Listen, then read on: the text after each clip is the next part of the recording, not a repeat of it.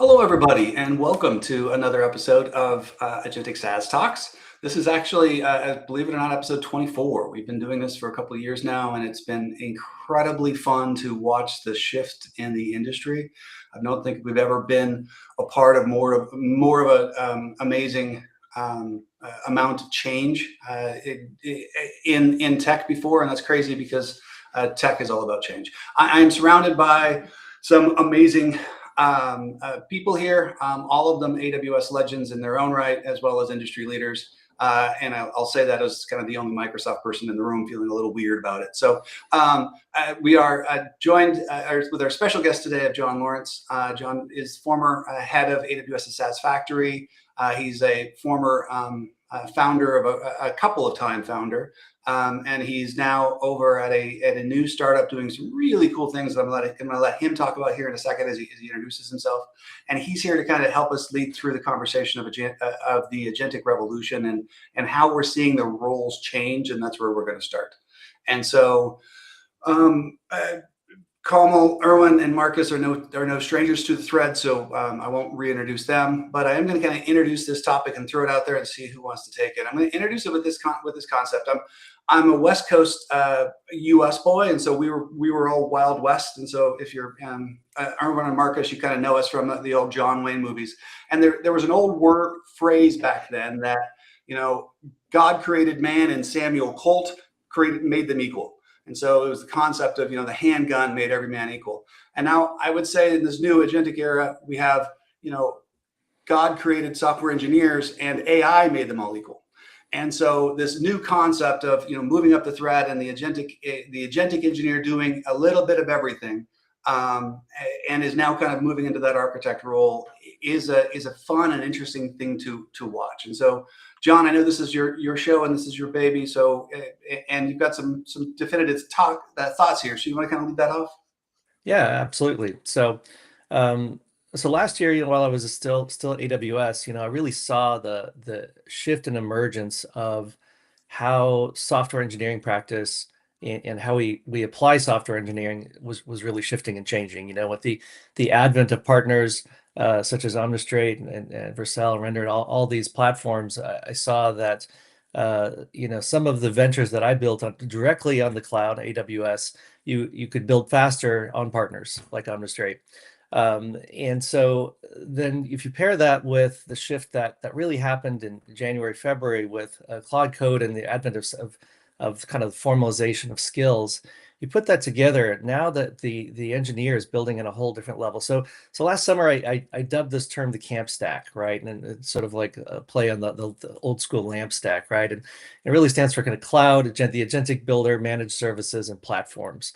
And so engineers and engineering teams building on this next layer, what I call above the cloud, or in the cloud instead of right on top of the cloud, are able to move faster than ever before and build with capital efficiency like we haven't seen before. And to your point, Michael, it does become a little bit of an equalizer, right? I've leading software development teams for years. I've always said, it's not just what you build, but it's how you build it as well, right? That also matters. So that's where this term CAMPstack originated. Kind of stuck with me, clearly stuck with you all, and I'm glad we get to kind of unpack it today. Love it. And as an aspect of that camp, one of the things I find brilliant about it is originally when we saw kind of the rise of agentic-led coding, and everyone was, kind of making fun of it. There was some, versions of camp that were, just saying, hey, yeah, all they're doing is Claude, Anthropic, and an MCP, and using Playwright, and hey, look, you have a web app. And so it was a fairly derogatory statement 9 months ago. Now, if you're not doing those things, you're nuts. And so it's amazing how that has changed in such a short amount of time. And so the two things that you want to talk about first, and I think that makes a lot of sense, is the shift. And so Ermin, Markus, you guys are seeing that firsthand. Where are the the startups and the founders and the rest? Where's the engineering? Where's the role? Where's AI fitting in there, and how is it changing the roles these guys are playing? Markus, would you like to go first? Sure. So I think what we saw first were tools like Lovable coming into picture, right? Where the product folks and also some, very new founders would no longer go with, the typical IDE, but would use a prompt route to basically task a system in natural language on what they actually want to accomplish. And guess what? In a few iterations, both on the prompt side, but as well as on the product side, talking again about Lovable and Bolt and Replit, this became quite a bit of a thing, and at least brought you to let's say, a version of a tool that would be demonstratable. I'm not going to say this is something that is now the product with all its characteristics, but it was something that you could put in front of somebody else, like a developer or maybe a investor or a potential customer, and say, hey, look, this is what I have now. Is this compelling? And this is what you need. And I think this is basically was the first step that was leading to a wow effect, for sure. But it was not so attractive to, let's say, the professional developers who would say, yeah, come on, this is just these are just toys, right? But the times has been changing for the professional developers as well. We all know about it. And now they are maybe not using exactly these tools, but other tools to do amazing things as well. And I think it's table stakes these days that the role of a developer is shifting quite a bit.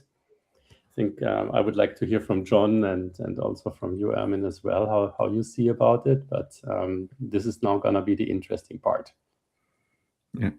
But just to add on what you just mentioned, right? So one thing is actually the role of the developer and how this is changing. And the other is also how our day-to-day work has changed, right? I and the people around me, right? So we're all technologists, but even non-techies, nobody actually is writing anything manually, right? So we all have our agent, and among solutions architects, we all flex with our agents. Look what my agent can do, right? So a couple of days back, I got a request from a friend to test his application in a beta for his new startup launch.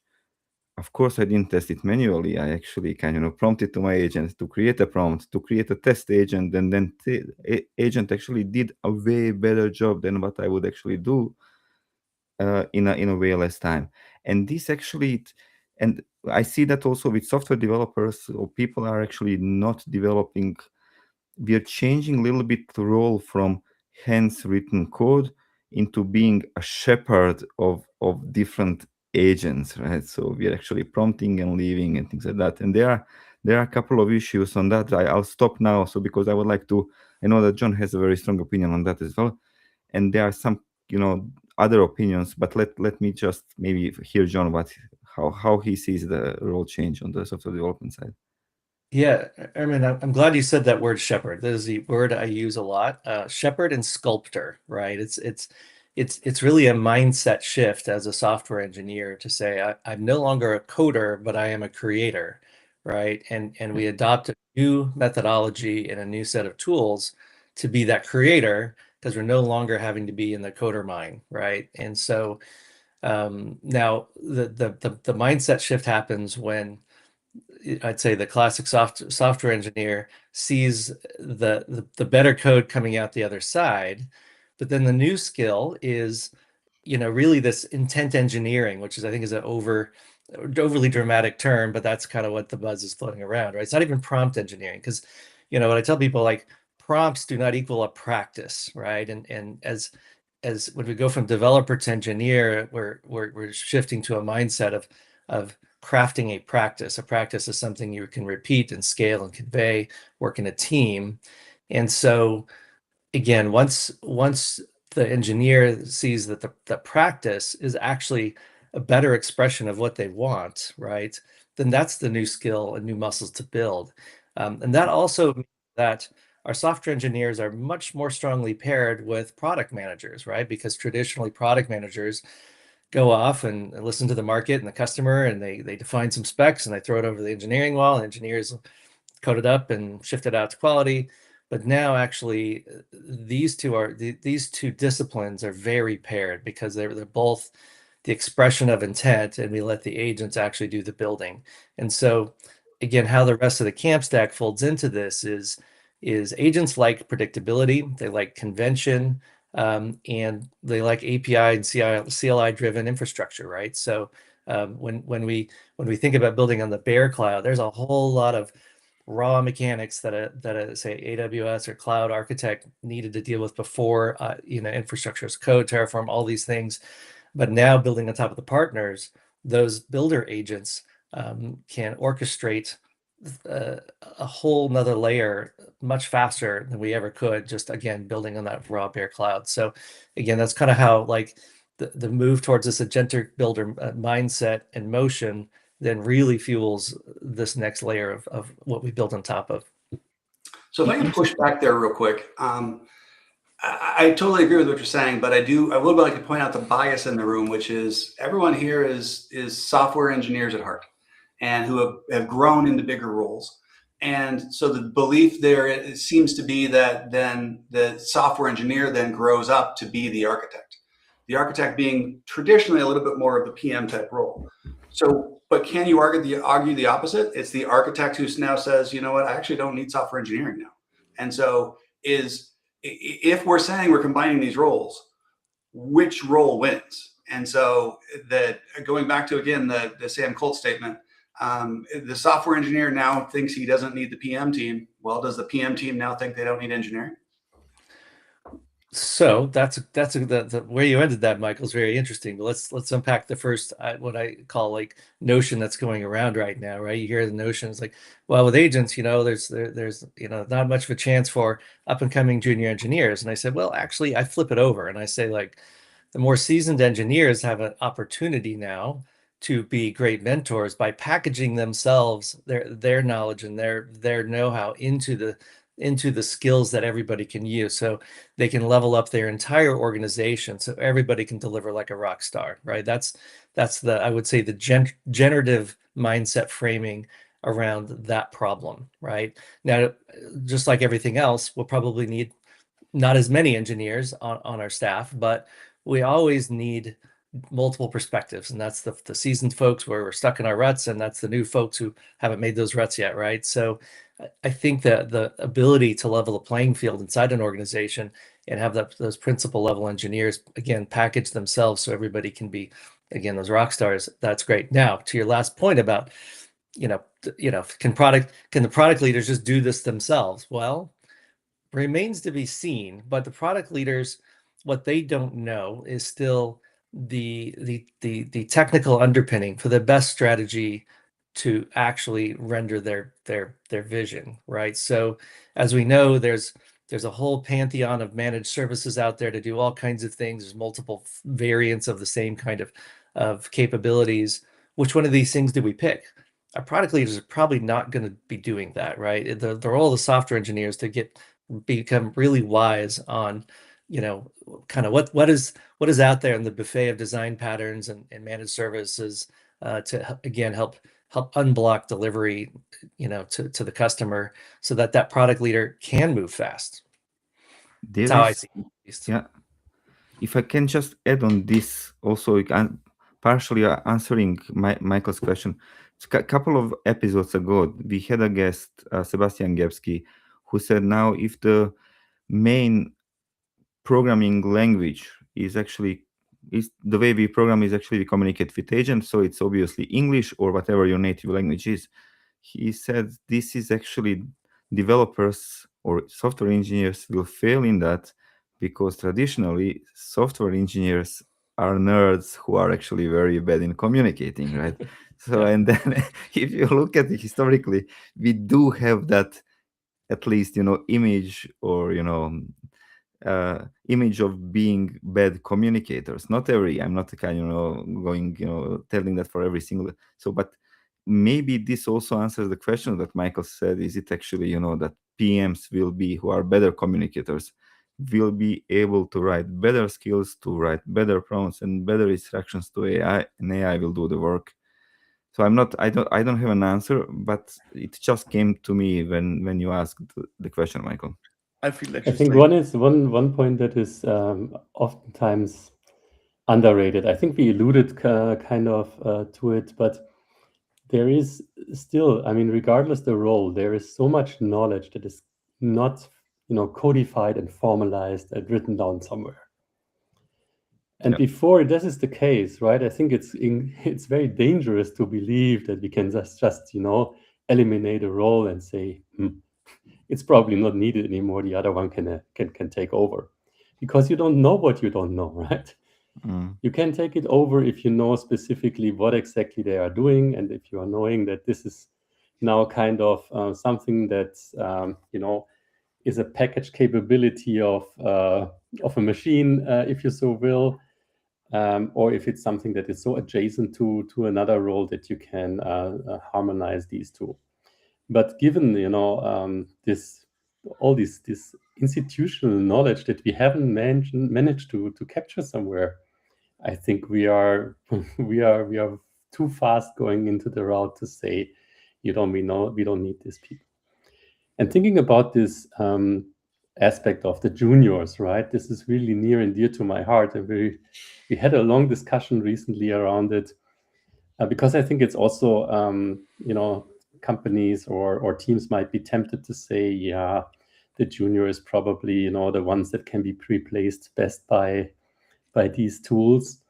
But on the other hand, I think these are the juniors, really the curious minds, the ones that aren't in the room for a decade, that come up with fresh eyes, with a fresh pair of eyes, and will challenge a lot of things and will do things differently that eventually will lead to really big innovation. And that's why I think we should not bluntly stereotype them into people who have just not enough flexed their muscles yet and haven't seen all the things around it. It can be for good, and that's why we need this balance of people in a team. Markus, that's an excellent point, and that was kind of a little bit of the point I was saying earlier. The fresh eyes aspect, right, is really important in an organization, especially if people have been there for a long time. But to the point of there's so much institutional knowledge out there. That's an actually organizational risk, right? So many organizations have like the one person who knows that magic thing is somewhere deep inside the code base, and I hope they never leave. I hope they get hit by a bus. I hope they never get sick, right? And what we don't apply to our talent stack. We don't apply cloud good principles to our talent stack, right? Like single points of failure of one person knowing something, right, or the institutional knowledge. So again, if we drive towards spec-driven development, where we capture that knowledge, and skill-driven development, then we start to reduce the organizational risks that around resiliency and redundancy. Yeah. I do want to pull Kamal in here, where you're still building out your company, you're still building out your team, you're still hiring, and you're a startup, so every dollar matters.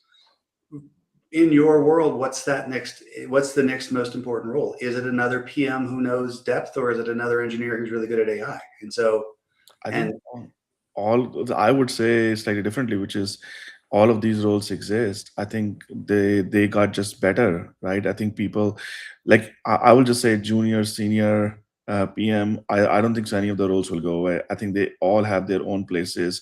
A PM role is very different. Like they are engaged in working with marketing, sales. They are talking to customers, figuring out the requirements. Is a far different role than it's a very outward facing role than compared to an engineer who's making an architectural decision, who's making the trade-off decisions on the what design choices to make, who's reviewing the output of these agents and directing the agents to work in certain direction, right? And defining the learning loops from the engineering point of view, right? Like building the whole workflow, the development workflow, right? I think this is we should start thinking that humanity was at one time was writing on x86, like literally instructions.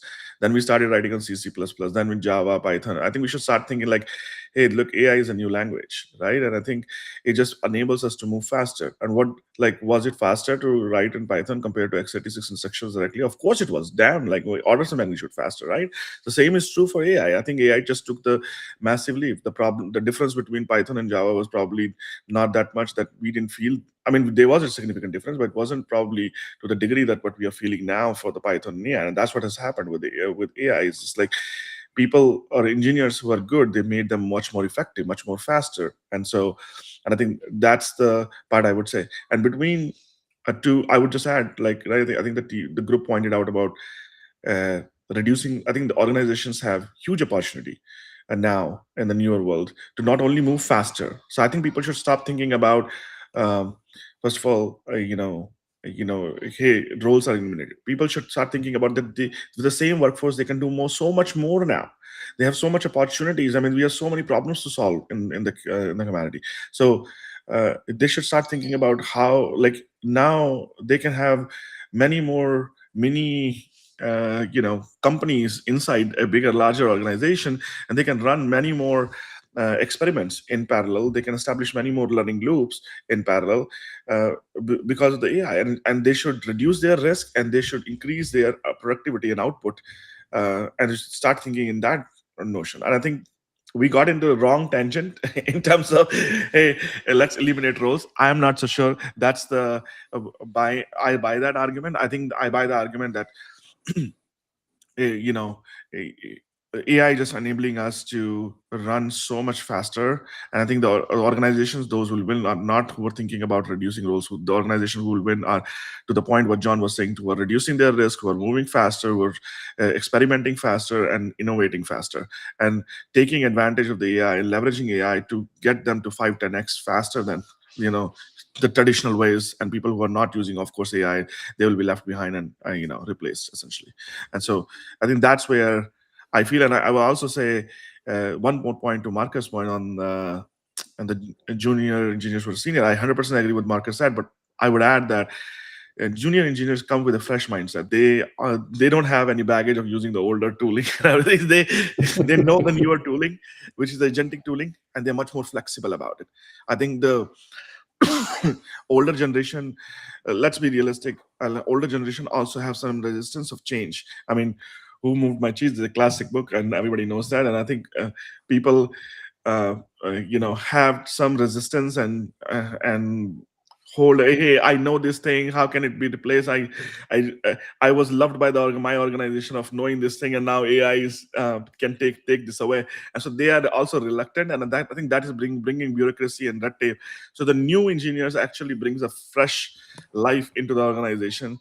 They don't care. They want to use the modern, latest and greatest, and they want to move fast. And I think that's what a healthy organization needs. Like, have a workforce which can actually not get tied up into the older traditional ways of doing things. They are open about, and I'm not saying this is not a generic statement. I'm just saying there are some of us, and we do have our own biases that we can get sometime limited in our viewpoints. My point is, the fresh blood, which basically is like really open about trying out new things and doing things in a new ways. It keeps the organization moving in the right direction, right, and showing ways. And we have seen it at Omnistrate, even like some of the younger folks going and doing experiments out of the way and coming back and say, look, this is possible actually, and this is better, faster, more reliable. Absolutely. Maybe let's hear from John. We are talking about camp basically. Yep. What is the kind of what is the agentic builder that you put into the center of this concept, if you want to say it's a concept, and what does this agentic builder, I mean, first of all, how does he work, and what does he need to be efficient, productive, and satisfied? Absolutely. So, Kamal, you stepped right into it. There's this mindset shift, right? We keep building on it with higher order tools over the life cycle of this industry, right? So, I started life very low level programmer, C++, all of that, building up the stacks, and now it's spec and skill driven development, right? Like I have an IDE, but I haven't written a line of code in ages, right? I look at the code occasionally, right? But but I'm driving towards outcomes, right? And so the reason I put the Agentic Builder in the middle of the camp is that Agentic Builder thinks in terms of control planes, right? Like when we rethink about our, and I'm gonna give a nod to the leader at Linear that really kind of dubbed Linear as this kind of control plane and orchestration plane for your AI builder agents, right? And it's true, right? And that's a mindset shift. Like we're no longer using our issue tracker to meet as a team and do our stand-ups and massage and wrestle with things. We're using our skills to help us triage and pick things and then build things.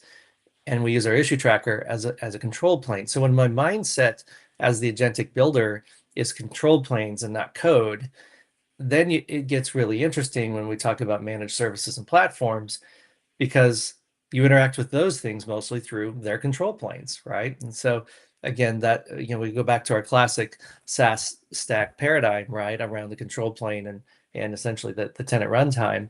It's the same paradigm. So for the agentic builder, you get to work at the same level across the board from the inception through the delivery out in the cloud, right? And so for me, that's very exciting. Crafting IAM policies is not very exciting for most people, right? And again, we talk generationally, like we're the folks who used to actually build infrastructure, so we're really comfortable in sort of what has become these giant cloud complex environments. But next generations, like they don't, that's our problem, right? They actually want to build at this next level. So that's where the CAMPstack idea kind of all comes together to say, like, what are those assembly of parts where the agentic builder's driving all those bits in the middle? They don't have to be an AWS expert and specialist. They don't have to be a Postgres specialist, right? Because they got some managed service on top of that, managing all that for them. So I'd like to kind of just pitch this back to Kamal for a minute and talk about kind of how Omnistrate and your partners that use you kind of really make this whole thing work. I think that is essentially the entire point of Omnistate when we started building it, right? Like I think we saw at many places that we worked with is every time we were building the product or application, we were essentially building the entire control plane for infrastructure here. By the way, control plane, to John's point, I think the idea that John is presenting, the one can extend that same idea of the control planes to every single layer. From infrastructure, we can extend the same idea to legal, to same idea to how sales is done. So I think in the future there will be control planes and the organizations will be, hey, each department has a control plane, and I feel like agent builders, what John called it in CAMPstack, there will be agent builders on every department on top of it, and everybody will be working on top of and that's what the point of the spec-driven development is, like automate some of the building blocks. Like why invest the same repeatable task that humanity has already figured out? Why reinvent the wheel over there? And let's uplift the humanity to focus on the things, the bigger problems, so we can move forward as fast as a humanity, right, across the globe. So like coming back to the question on the infrastructure side, what the way I think our customers or the way people use Omnistrate or Omnistrate like tools is we have a spec. Customers just bring their ideas in terms of what they want how they want their distribution to look like, and they define that. Once they design their distribution, they define that into a spec, and that spec basically includes things like of the nature what the infrastructure would be, how they want layer tenants to be isolated, where the deployments will be done, which environments do they want to use, what observability stack they want to use, how do they want to do the pricing, and they specify all of those things as intent in the spec, and that is basically being used to then create the control plane for this infrastructure, and it's deployed in the ISVs or the customer's account to power their distribution from there on. And this goes exactly as a classic example of what John, your CAMPstack idea is enabling platform engineers, more specifically, like rather than writing Terraform and stitching Argo CD workflows and different observability, metering, and everything, bringing it together and spending. And believe it or not, like if you want to make it a school project, yeah, sure, you can solve it for one case and which works half the time and something like that over the weekend. But if you really want to make a enterprise grade which is reliable, scalable, and secure, there's a lot of dimension, like a lot of things in this space, and you have to get it right, and that just takes in years, right? And they have been, it's not like we've done that at AWS, we've done that at Confluent, at Azure. Our head of engineering is from Azure, and we have seen other examples like ClickHouse talking about it and MongoDB talking about it. Many players talking about how long it takes to build these things, and just a entire for defocus for the ISVs to build these low-level constructs when you have with these building blocks that can be abstracted away, and you can focus on the higher level spec. Does it answer your question, John? Absolutely, right. It's that focus on the higher level that I think is kind of the mantra here, right? Upper level. Well, and I also think so. It speaks to one of if someone's listening to this thing and they're fully in the camp of the agentic side, one of the things you realize is, running an agent 24/7 is insanely expensive, and it's ridiculously hard, and it actually doesn't work very well because of context. So you have to stop and refresh it. And so at some point, if you're running infrastructure and you've got customers on infrastructure and you're doing something and ensuring that is up and managed and the rest of it, you either need to build a managed service and then hire people to do it, or pay a ridiculous amount of money to have agents do it, or you have a managed service do that. That's where AWS fits, where none of us are running our own servers anymore. AWS runs it. And that's where, the next layer up, where the Omnistrates and the Neons and the rest fit as well. Because while AI is brilliant for 45 minutes to an hour, the longer you run it with context, eventually it gets dumber. Now, Fable in theory has solved that, and it can now run a day and a half. Great, but it's still just a day and a half, and it's insanely expensive to do. So plugging in managed services in the middle really actually reduces your overall cost, because while AI can do some of this, it still needs to be running 24/7 and manage it. So build your own code and then deal with it and spend the tokens necessary to deal with it, or hire that out to somebody who's done it. And so even in the agentic world, I think it makes a lot of sense, and it's just tokenomics. Could you build your own stuff here? Sure. Do you have the money and time to do that and build a swarm of agents to manage it? Possibly, but why? It's a fraction of the price to buy that service from somebody else. Absolutely. We have managed service for ages, all right? It's not a new concept. But I want to hear from you, John. Yeah. What is the new aspect that you see where managed services needs to provide value, maybe for a different audience, like agents instead of humans, right? Yep. But what is the fundamental difference, or why do you kind of leverage the managed services so high up in the CAMPstack to say this is something that is essential, and that's maybe something that enables something or needs to be rethought in the ages of AI? Yeah, so let's there's a whole class of managed services, right? AWS would claim that, they were some of the first managed services out there with EC2 and S3 and all that. And that's true. And those are kind of first generation services, right? But, the advent of Lambda back in the mid 2010s, there was an idea of like, you just run your little background jobs here. And obviously it's turned into full blown orchestration planes.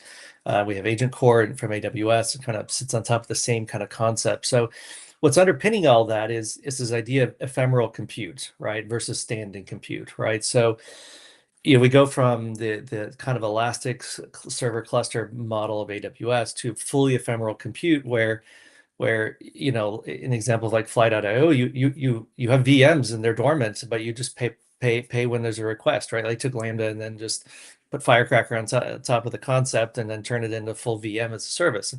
And sometimes I think it's hard to imagine, well, how would I make best use of that? Because maybe my classic stack's kind of a always on. But where that really comes into play in this whole idea is, I got to keep hitting yes on my laptop when I'm building with skills. I got to keep telling Claude, yes, this is okay. Got to keep my laptop awake with caffeine, whatever.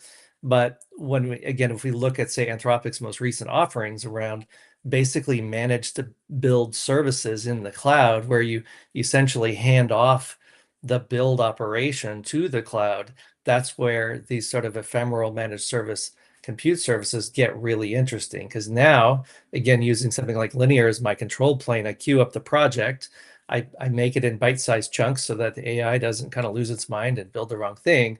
And then I just flip a switch in something like Linear, and my managed cloud builders, whether it's on Fly.io, AWS, Anthropic, will just go off and build that, right? And then signal back to me in my control plane. So that's, again, where all of this starts tying together. It's like the shift in the mindset all of a sudden says, oh, even my build could be a managed service, and it no longer has to be the developer on the laptop, running the build run loop, right?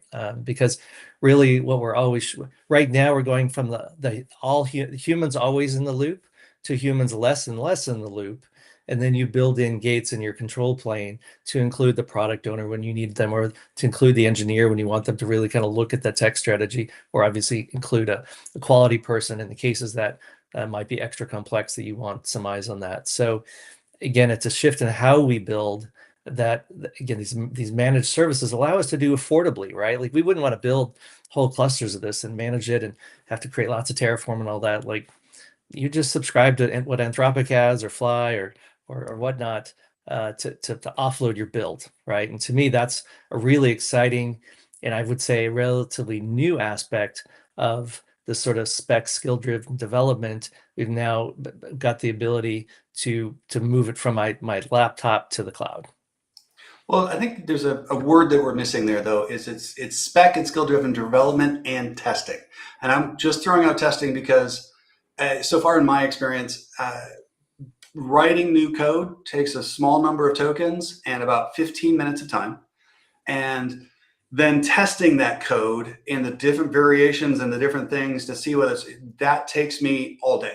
And so while my planning window is at 3 hours, my development window is 15 minutes, and my testing window is sometimes 2 or 3 days, because testing and the aspects of it and figuring out what's working and what's not and why, and then figuring out how to change that and go back and then start back over it's different. And so one of the big things I think is going to stand out between the folks who are really good agentic builders and who are not is how good are they at actually building out and managing out those testing, and how do you keep bias out of your testing? How do you keep memory is your worst thing you could ever have in testing? And so I fully agree with everything you're saying, but I do think there's that last word in there, and we've always taken it for granted. I don't think we should be taking it for granted anymore, because that's also one of the things that the senior engineers know that the junior engineers don't. The code works. I ran it. It runs on my laptop. That's great. Let's put it in production. Yeah. or don't. I mean, we had a couple of roundtables recently around this, and one of the interesting things is this testing aspect. So 2 things to it. First of all, I mean, we know that test-driven development is a good thing for ages. But it was super hard to get it right. I mean, it's probably there is no organization, or really few organizations, who are really diligent about it and have it to the extent it should be. So, but we all know it, right? But it was so hard. It was really hard to accomplish it. So what changed is basically that these agents, they are not only good at writing code, they are also good at writing test cases and keep it in sync. So what is the gap here? So first of all, this is a good news, right? So something that we know is good is now just getting easier, or let's say even doable. The other thing is there is this initial gap, right? So you are coming mostly from a brownfield situation. Yeah, that means you sit on a lot of code. The test case coverage is weak, right? So how do you close the gap? And the point here is that you cannot really let agents loose until you have closed the gap. If you are, really onto something that is production grade. So we talked about this quite a bit, and there was this J-curve or hockey stick effect where teams would even have to say we cannot ship any features for a certain amount of time until we are closing this test gap to a certain degree. And from there on, we kind of can assume realistically that with the help of all the coding agents, we will pick up on pace and we will, see an ROI for this test case coverage, closing gap situation going forward. But this is what I hear, and this is what I learned from others. Of course, Kamal, John, what do you hear, and how do you see this?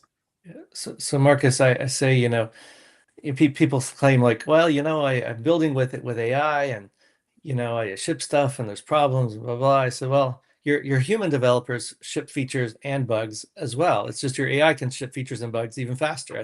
We can ship bugs at scale, right? So that becomes the quality problem becomes the challenge, to Michael's point, right? And so one of the so I was never a fan of the idea of test-driven development, where I write the test in the beginning and then I make the code that satisfies the test, because so often I saw lots of investment in creating all of these tests only to put it in front of a product owner like, oh, that's not what we wanted, right? And so I sort of flipped it always a little bit to test-driven acceptance. Like, we don't accept this until there's tests, right? The tests are there to detect regressions, right? And so we come full circle, right, to intent engineering. What is intent engineering?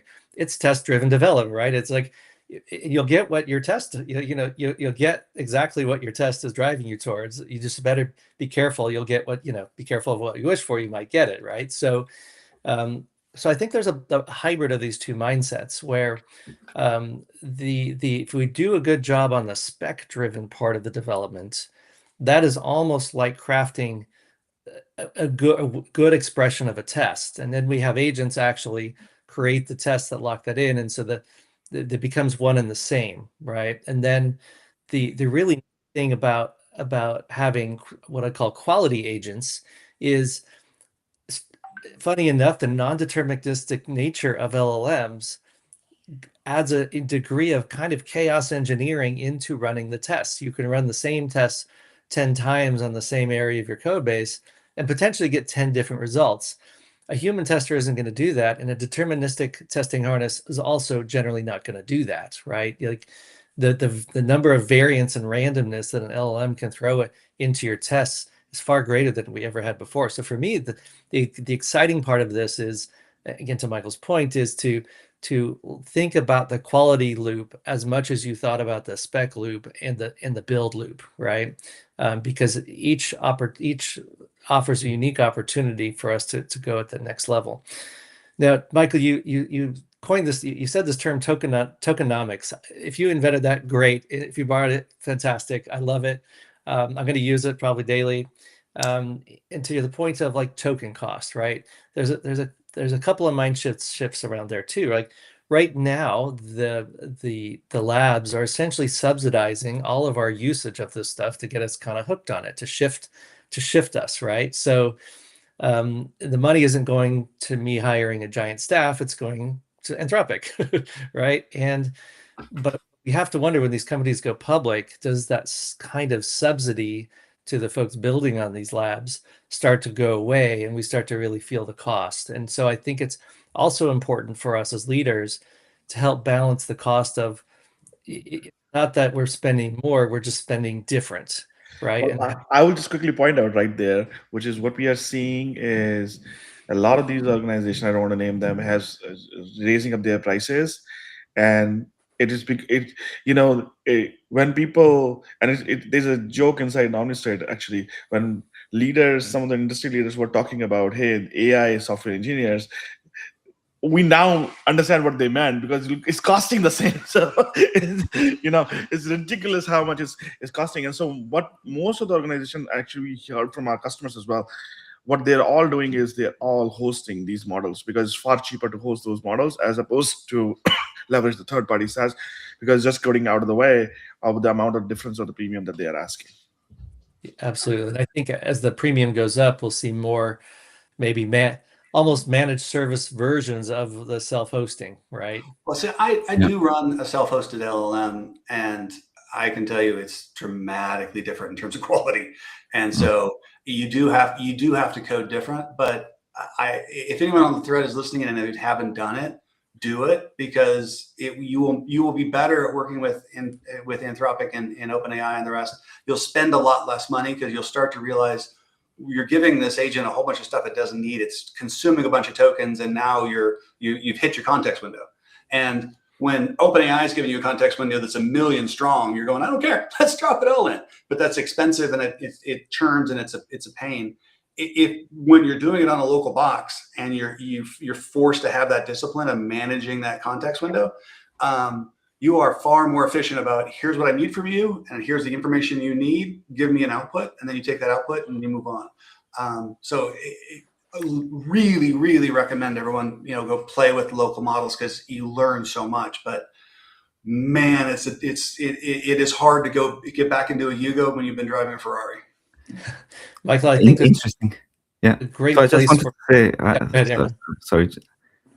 Interesting, right? The whole story reminded me, back in the days when we were developing with C, C++, right? So the memory usage was actually very expensive. So you were actually always aware of, when you program, it shouldn't use your, whatever you do, you should be actually, thinking about memory, optimizing variable types, optimizing, the size of the memory, because it was expensive. You didn't have, big boxes to run those things.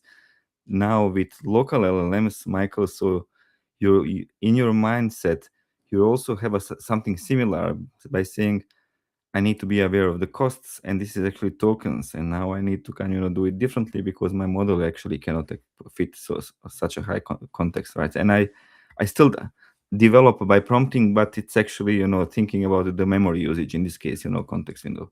I would just comment, though, the difference is getting smaller and smaller, though, over time. And I do believe that in coming months, to Michael's point, that these local models will catch up, and there are more for cost. There are a lot of cost-effective models, of lot more cost-effective models, and they are fairly close to the performance. And to Michael's point, like I do agree that the difference, but the difference also getting smaller and smaller. So I do believe that what will end up happening, like it'll be interesting to see what will happen in the future. I'm very curious to find it out. Either the managed service provider, either they have to significantly improve the the level of performance or the TCO that they are offering to their customers, or the industry is going to host this left, right, and center. And well, one of the other things I'll just throw out there is right now we're all pretty bad about having AI create these long spec docs for us that we never read. And by the way, AI doesn't read either. And so a huge amount of our tokens are spent around building these docs and having other people read these docs and having these docs, then having these docs drift. So we have to deal with it. If your code is not written in such a way that an AI agent can't read it and understand it, if your code isn't documented itself, well, you're screwed.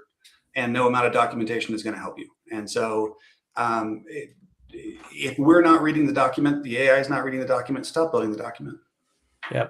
So Michael, I think this is a great place to kind of tie this off around this idea of tokenomics, right? And efficiency, right? It's not just tokens, it's also time, right? If the more that the LLM has to wander around and look for things again and again and again, that's extra tokens and extra time. And so Michael, when I started kind of diving into the spec-driven developments conversation, right?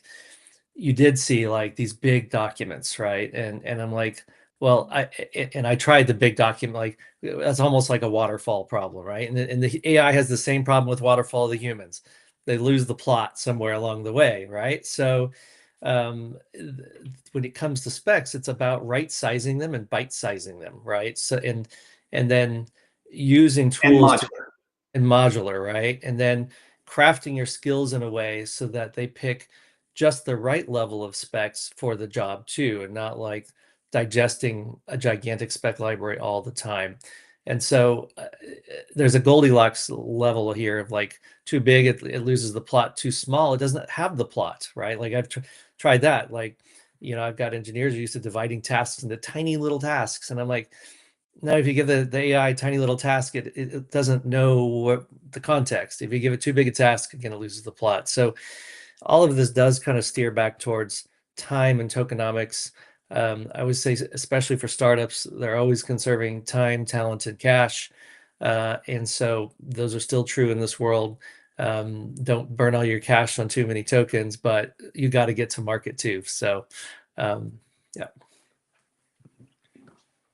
Well, the conversation we started with at the start was, hey, remember when we were coding all this on X286 chips and we had 64K of RAM? In many ways, the old school people will tell you that made them better developers because they could, figure out how to fit it all. I think that is still a case. And so if you can't get your processes to work on an older, cheaper model, and you only need the Fable 5s and the rest to work, you're in trouble. You've got some massive inefficiencies. And so if your systems and your processes will work on a smaller, cheaper model, if you can get it to run on your local, and then you turn around and plug that into a bigger model, you're going to get efficiencies from it. But if you need the bigger model to go, you've got some problems. Yeah, and you could come back and apply vertical versus horizontal scaling, right? So you could horizontally scale your team with more people, more models, more tokens. You could vertically scale your team through, I would say, working smarter, not harder necessarily. Absolutely. So, but that does lead us to unfortunately, the bottom of the hour. And as usual, the time goes by very fast in talking to you guys. So want to thank all our viewers for listening. If you haven't subscribed, please subscribe. We've got another great show for you in 2 weeks. The amazing part about this industry and this time is we don't know what's going to happen between now and 2 weeks from now. And so you should tune in to pay attention, because all of this is changing really fast. So thank you guys all. John, you're a legend. We never actually got to talk about what you're doing now, and so we'll have to bring you back on and talk about your new startup, because it's pretty darn cool too. So Kamal, Ermin, Markus, John, thank you very much. Thank you, Michael. Thank you guys. And thank you, John, for having me. Thank you. Bye.